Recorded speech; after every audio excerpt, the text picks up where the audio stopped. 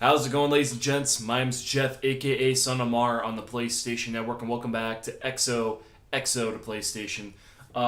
It's been a while. I apologize. I've been busy with work and life. I'm moving on my current place. A lot of stuff has been going on, so I haven't really uploaded really at all lately. I've been meaning to have a better schedule than I have been, but that's besides the point. Today's episode, I want to talk about. I want to get back into kind of the history and kind of the overall structure of PlayStation. So I want to talk about not a specific studio today, but really kind of in thinking about it, what closures have happened, what deals have kind of been ended and whatnot, and pretty much overall what studios have been closed, which ones have moved, what the changes have been in the last few years, and really what the direction going forward for PlayStation is going to be in terms of studio acquisitions, first party IP contract agreements, things like that. So let's dive right in. First things first, let's touch on the closures that have happened in the last 10 years or so. First things first, the first studio on my list is back in 2000. A first-party studio by the name of Contrail was closed. Contrail were the creators of games such as Wild Arms 2 and Legend of Legia. That one, I actually never knew they were a first-party studio. I figured they were kind of like Square Enix, where they had a partnership with Sony to make games, and they were basically like a third-party studio Japan that just coincidentally made a lot of third-party support for and first-party support for PlayStation in the form of games like Wild Arms and Legend of Legia. But sadly, they got closed. I actually do still have a copy though, right here, of Legia 2, which was made by Fresh Games. Fresh Games, and was published by Eidos Interactive back in 2002. Sony, I think, still has the IP that is Legia, and I actually really enjoyed the Legia franchise and Wild Arms. So I'm hoping at some point Sony's gonna have Studio Japan look into potentially bringing those series back in some form, or maybe rebooting them, because Legia 2, I really like the camping mechanics. I love how it still had the up, down, left, right combo for attacks. Going up was a high blow. Low blow, right punch, left punch. I really liked that because that game introduced a lot of cool combinations and combos to have. And Wild Arms, amazing franchise. I don't need to dive too much into that. I think that one's a little bit more well known than the Legia franchise. But anyway, in 2005, Studio 989. This one kind of makes me sad. I completely forgot about 989 in terms of how big of an influence they had on the PS1 and how much they interacted with me as a kid. That one closed in 2005. And that one hurt because they were involved in a lot of different games. They were a publisher and assistant with a lot of like the sports titles for the PlayStation 1, like I believe NHL. But their big one that they were a part of, with David Jaffe and all those guys, was Twisted Metal. They were the predominant studio behind those games. And Twisted Metal. I love Twisted Metal. I miss it. I really wish the rebooted version for the PS3 did better. Because that franchise is amazing. It really is. I love that franchise, and it sucks because that game is just so good. They're fun. They're chaotic. The story's a mess, but it's a cool kind of mess. I don't know.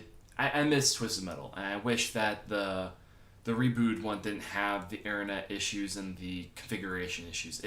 It was kind of like SOCOM. SOCOM 4, which we'll touch on here in a little bit, that one had issues too.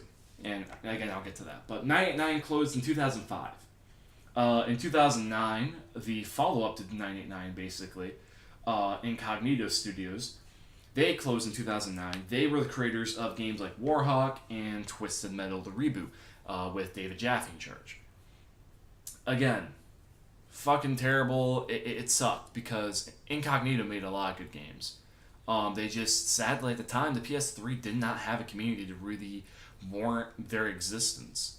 Um, it's kind of like what happened with 989. It just got to a point where financially it didn't make sense to keep them because Twisted Metal sold okay, but it didn't have a strong fan base for what it was, and it didn't make a profit as far as I'm concerned when it initially was made. And Warhawk, same thing. Even the Warhawk was fucking awesome. Warhawk, and that's a long running franchise. That game needs to come back too. In the very least, a reboot or a remaster of the PS3 version for the PS4. That would be fucking sick. But I digress. In 2012, this one was a big one. 2012 was a big year for Sony to more or less cut the fat from their studios. In 2012, they removed Big Big. Big Big wasn't a huge deal in the grand scheme of things. They made Little Deviants and Pursuit Force. Pursuit Force was a good game, and Little Deviants was alright. But overall, Big Big wasn't a huge deal. They're kind of just like a smaller, mainly a Vita supporting party. It wasn't that big of a deal that they didn't really exist anymore. That one I wasn't too upset about. They also closed Liverpool. This one sucked, but again, grand scheme of things, not that big of a deal because it made sense. They made Liverpool made Wipeout and Formula One.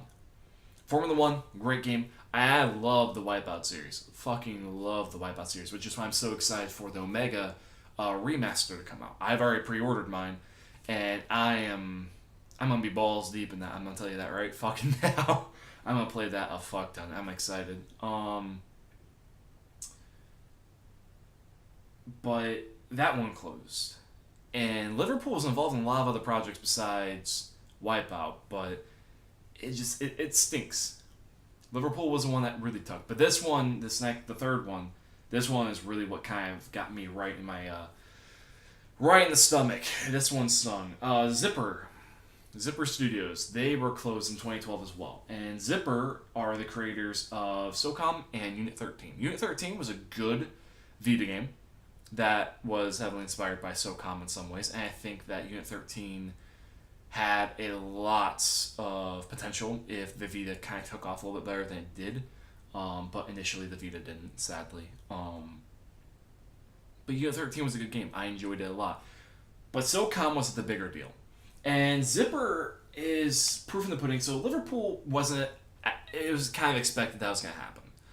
Wipeout was never a franchise that really sold gangbusters. It sold fine. It made a small profit, but it was never enough to really warrant, like, yeah, you need to exist. You need to, be this dude. Like, we need you because you fucking sell amazingly.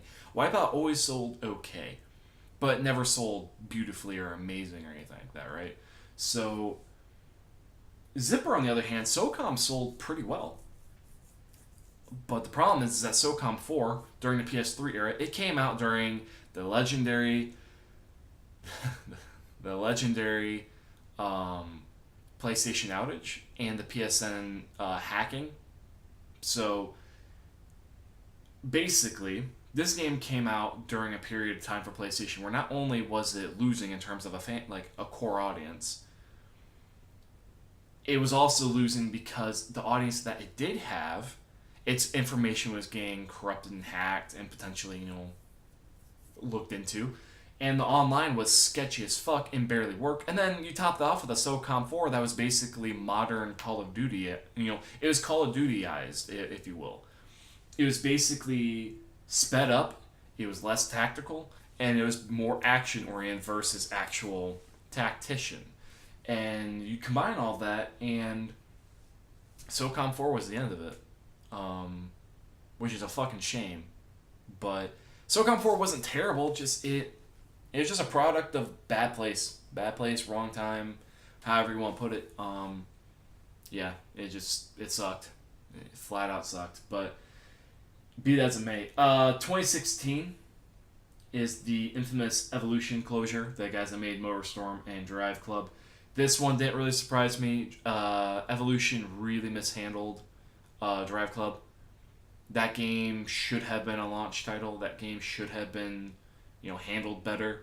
And Evolution kind of just botched it. Luckily, they're one of few studios that get closed that literally get entirely swept and saved. Evolution is one of the few examples of another source buying that studio basically, all the personnel, and absorbing them. Codemasters bought Evolution and basically made them another branch because even though Evolution fucked the first like 6 months of Drive Club, they really did do an amazing job of patching, of fixing it, of content, free content, and the season pass and everything. Like they did a great job with the game. It's just they really botched the launch of it. So I think Codemasters saw that and went, they would be a great dev team to have.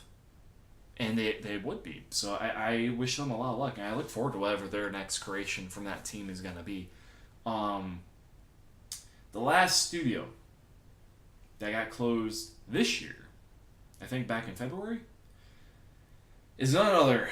Oh, sadly, this one stings a lot too. Gorilla Cambridge. Gorilla Cambridge recently made Rigs, which is that mech suit armor game for VR, which looked really cool. I liked it when I tested it. I liked it a lot. I haven't been able to buy my own VR unit yet just because I've had a lot of other expenses, but I really want one. I don't know when I'm going to get around to getting one just because I actually, wink wink, plan on buying my best friend for her wedding gift PS4. She doesn't have one yet. I want to get VR eventually. We'll see when I get there.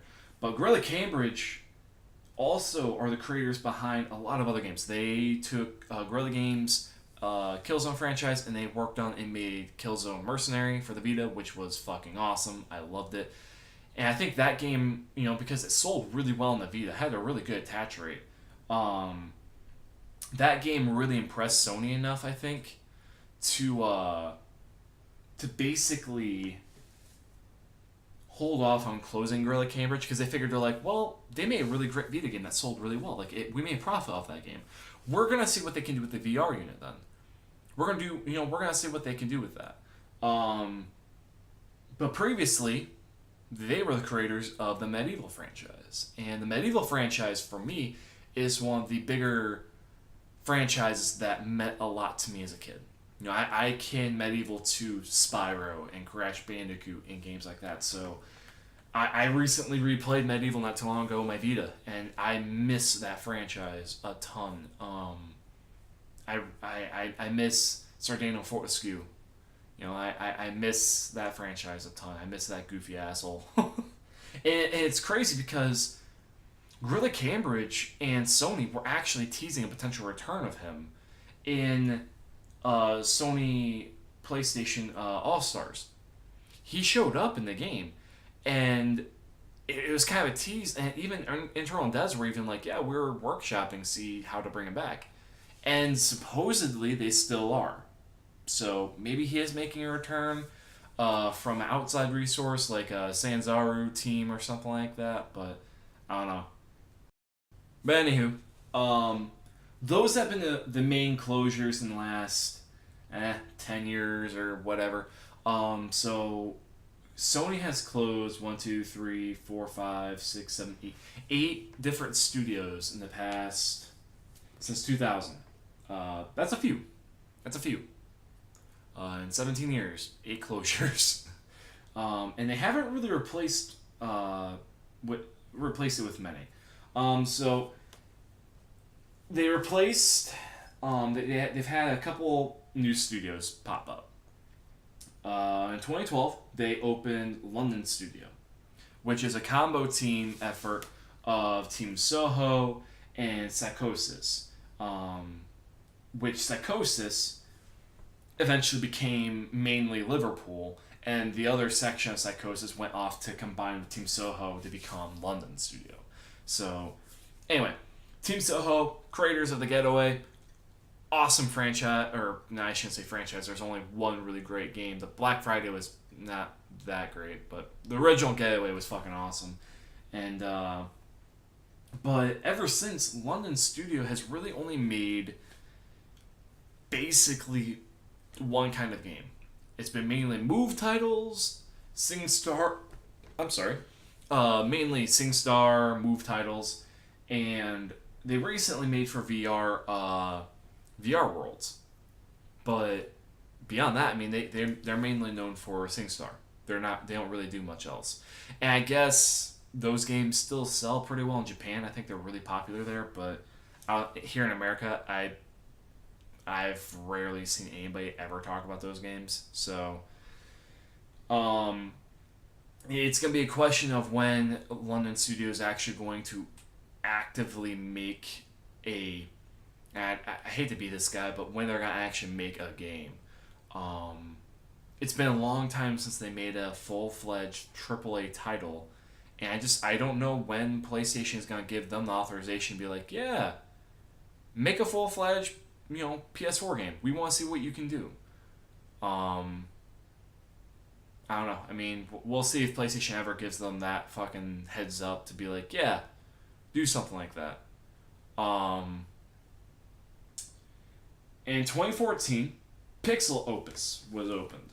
And Pixel Opus has only made one game so far as I'm aware, and that was Entwined. Entwined was alright. It wasn't a bad game. I enjoyed it for what it was, but it could have been better, I guess, in terms of like the controls and stuff. But overall, I mean, it was a fine game, but I mean, they've only made one. And I have no idea what that studio is working on now. Like, I have no idea. I don't even know if they are working on anything. We'll see. I'm assuming they are, but no. And in 2016, San Mateo Sony Entertainment Studio was created. There's no real word what they're working on, what they exactly do.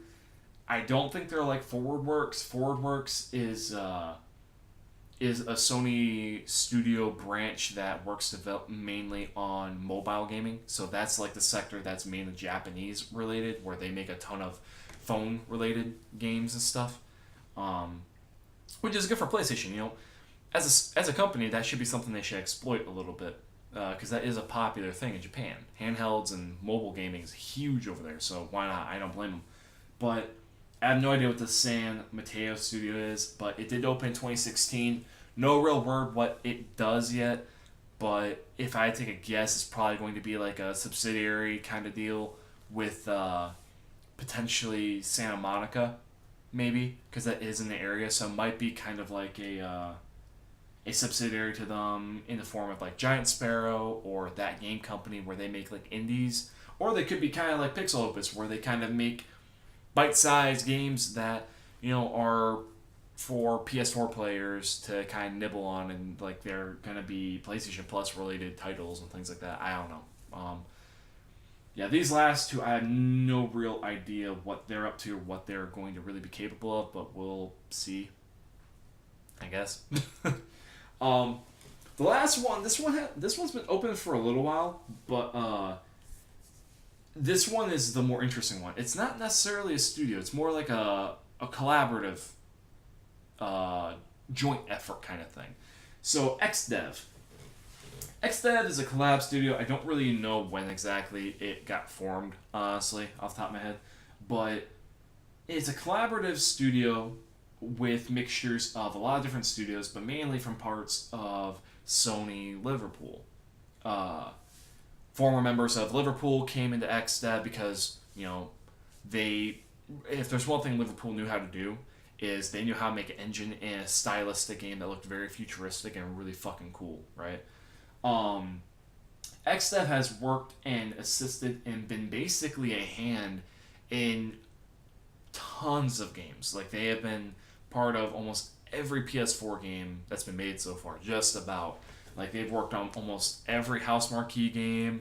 They've worked on with Supermassive on Until Dawn. They've worked with Sumo Digital for Little Big Planet 3. They've worked with fucking big and small games on engine creation, physics, all that shit. So they're not a studio to sleep on. They are a very busy studio that do a lot.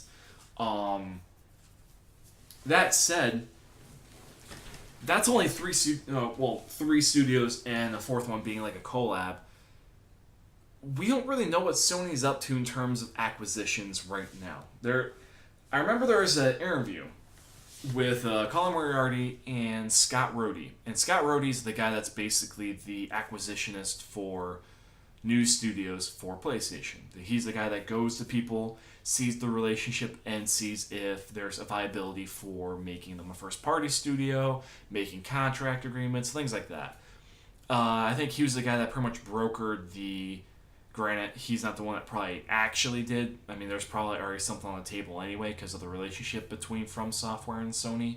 But he probably went to them and was like, hey, we don't want to try and make a first party, studio out of you because of your contract with Bandai Namco and all that stuff. But we do want to make a first party contract with you where you make 4 PlayStation 4 exclusives for us because Demon's Souls should have been treated better, but it still sold relatively well on the PS3, and it was great. Bloodborne, huge success, great fucking game, and it sold really well. We think that that could be turned into a franchise, so Bloodborne 2 could be definitely a thing, and we do think that Armored Core deserves a chance to come back, things like that. So, I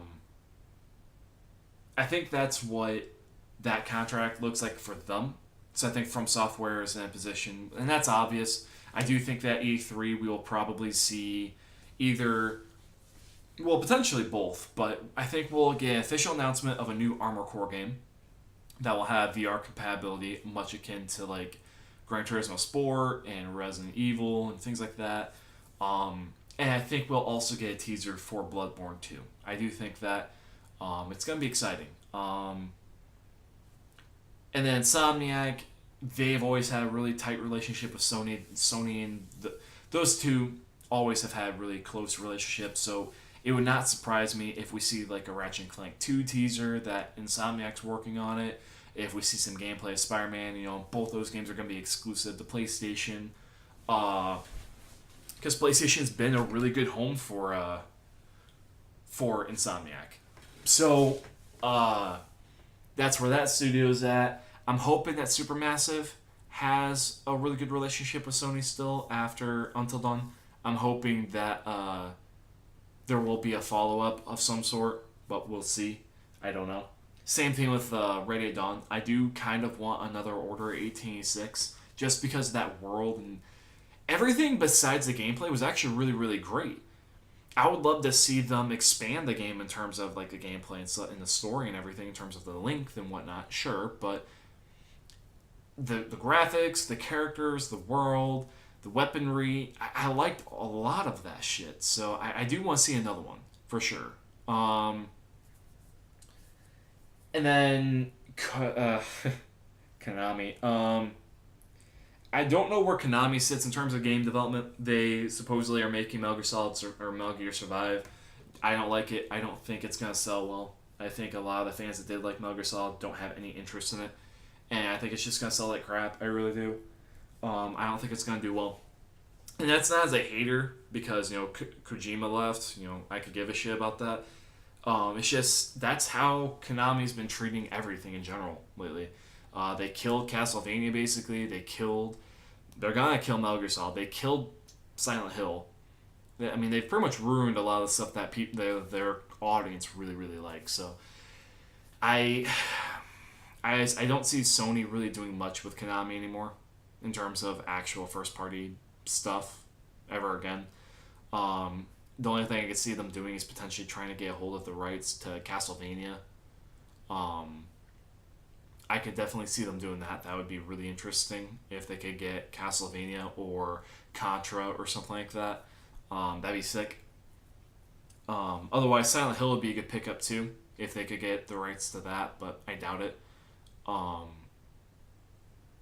yeah, in terms of actual acquisitions though, in terms of not just agreements and contracts, because I could go on and on about that. Like, there's probably a lot of speculation in terms of like what the agreement stance is with Square Enix, what the agreement stance is with, God, I don't know, Activision or, teams like that. I'm trying to rack my brain in terms of what the next first-party studio acquisition is going to be. Will it be Housemarque? because Housemarque has made exclusively PlayStation stuff, but their newest game, Next Machina, is going to be the first one that's multi-platform in a long time.